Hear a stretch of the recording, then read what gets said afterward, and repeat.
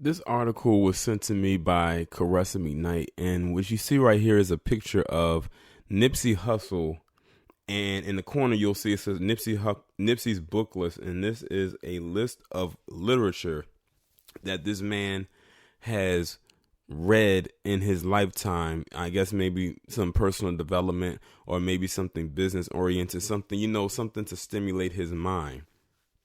And before I go any further, it's kind of hard to believe that in a couple of months it'll be the 1 year anniversary since his murder, and it's crazy how fast time flies, and it's sad that a lot of people, and I'm going to throw myself in there as well, didn't get to know Nipsey Hussle as the person rather than the entertainer until he died, and it's sad that people aren't really given their flowers to smell while they're here.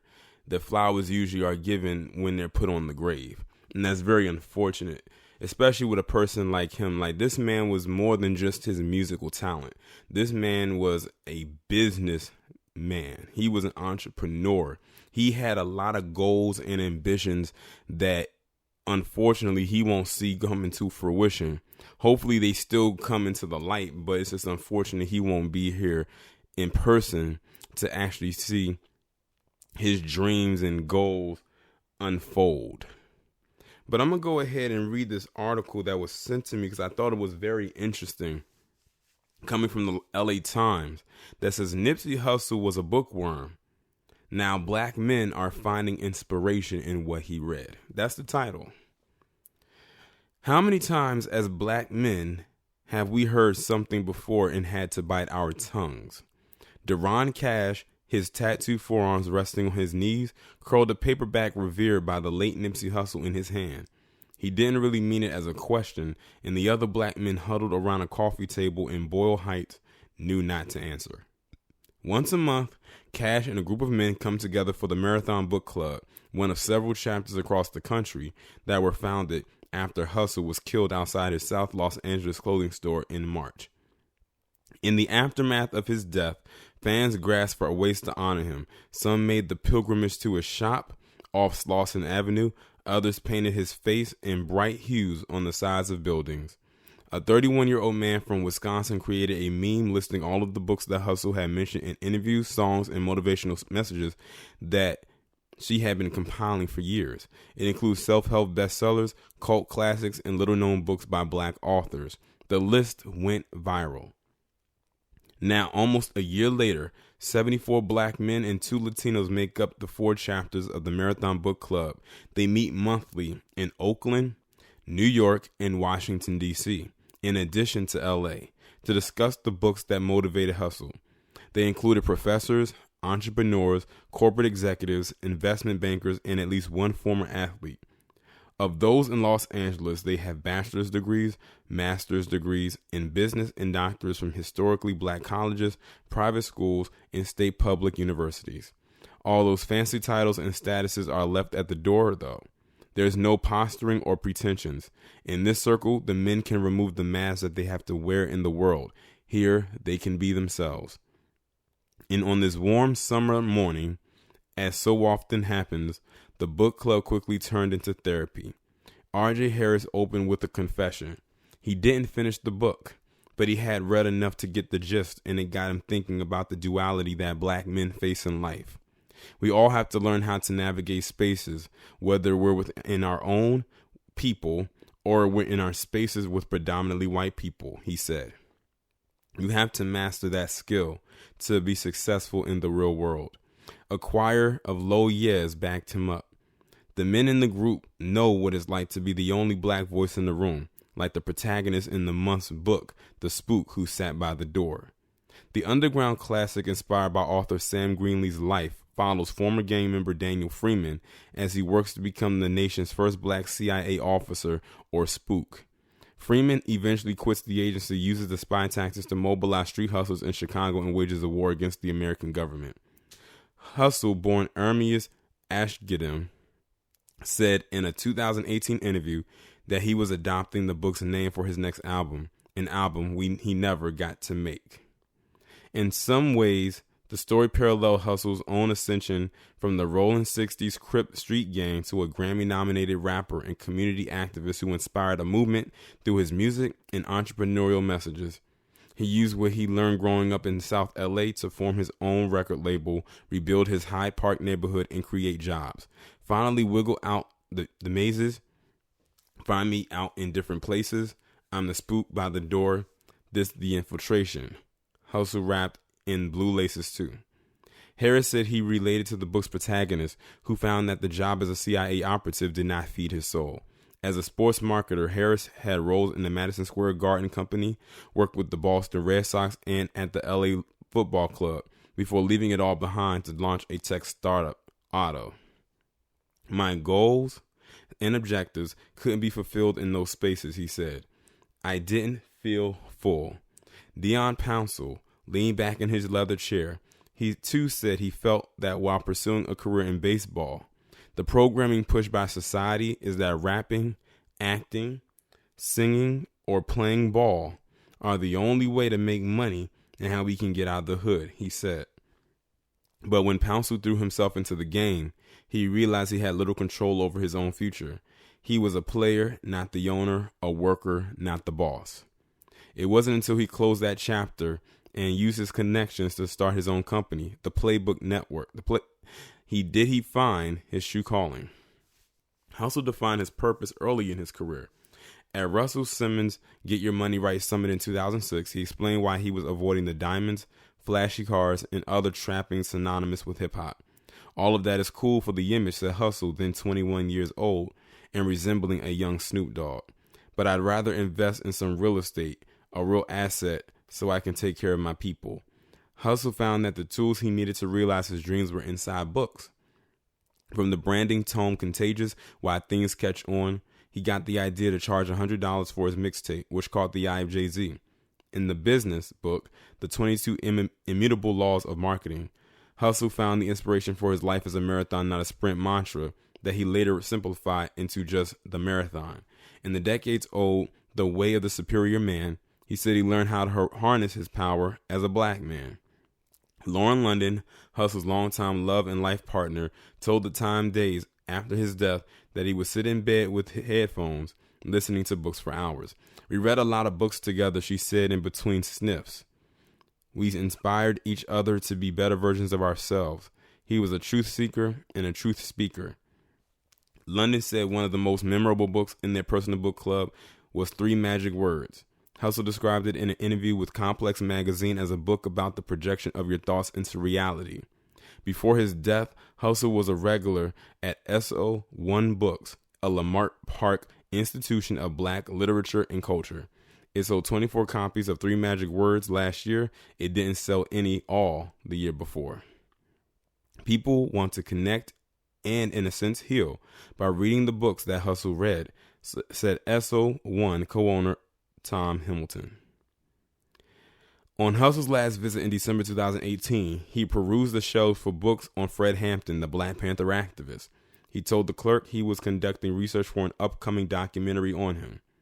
Hussle purchased more than $400 worth of books, including a $200 John Michel Basquiat coffee table book, Sacred Woman by Queen Afua, and several children's novels.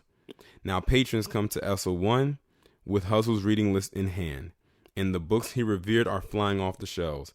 Last year, the store sold 150 copies of Sacred Woman, a self-help book about healing a woman's spirit, up from 27 in 2018.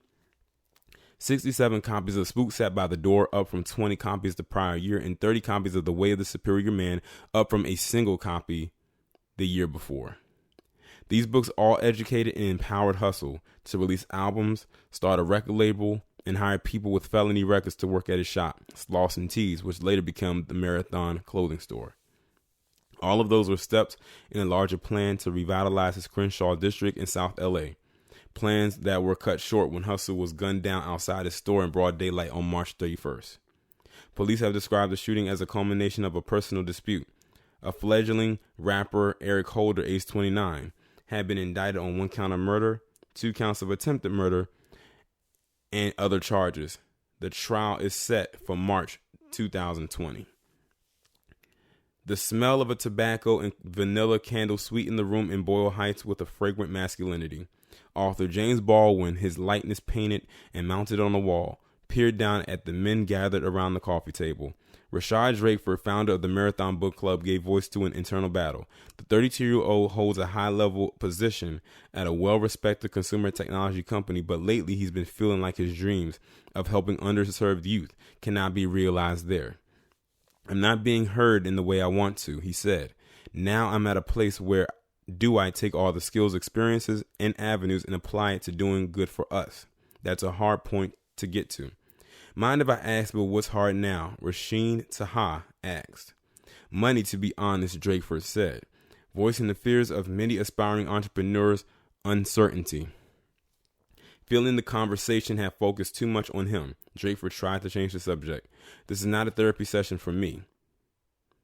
Charles H.A.F. Davis III, a professor at USC, interjected, it's for all of us. Trauma, whether from racism or from witnessing or being the victim of a crime, is often a daily reality for many black men, according to a 2018 study from the researchers at Washington University in St. Louis.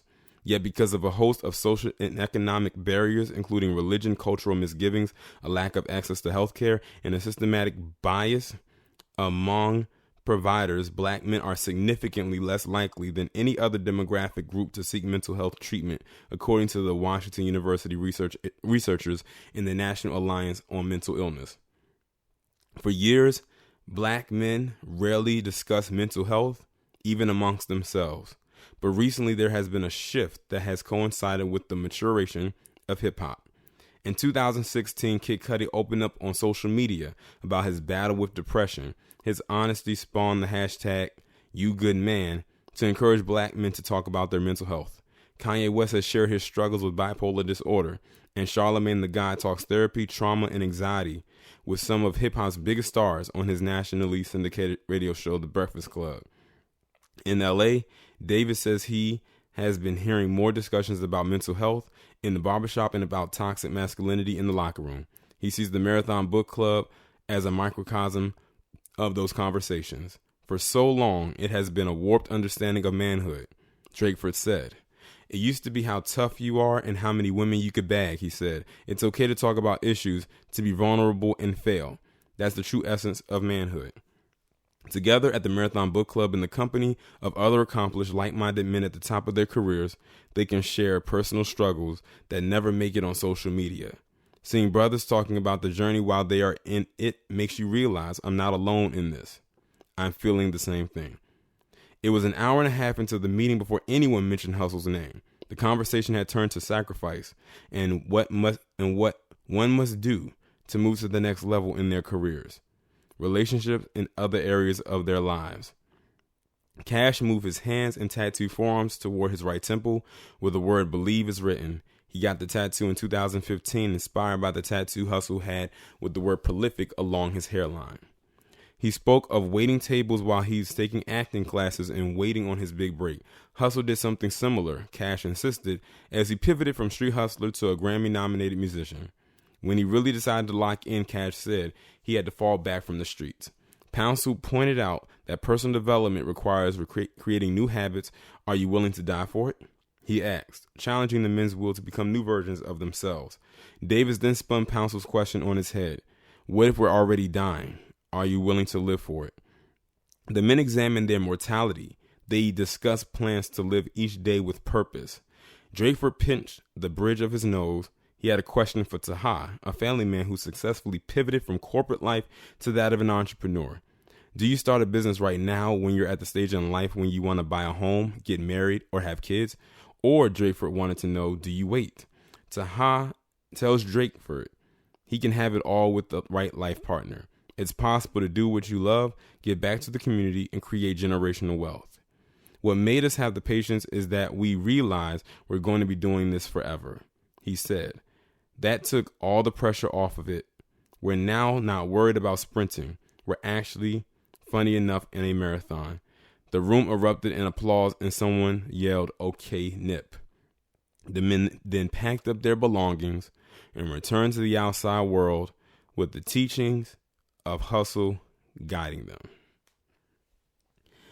that was a very interesting article. I'm so glad that I was able to read it. It gave me even more insight into who Nipsey Hussle was as a person. Like I've always said, like I like to always examine the person, and this told me all that I really needed to know right here about this man. I feel like there's still a lot that we have to learn about him. And this was just simply, and like I said, an amazing read. I really don't have anything else to add. I can't add my own commentary after this. Hopefully y'all absorbed this, and hopefully the black men that were listening took away something from this as well.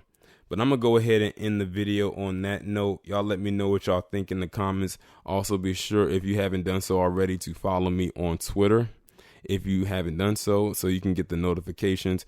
And I will talk to you in the next one.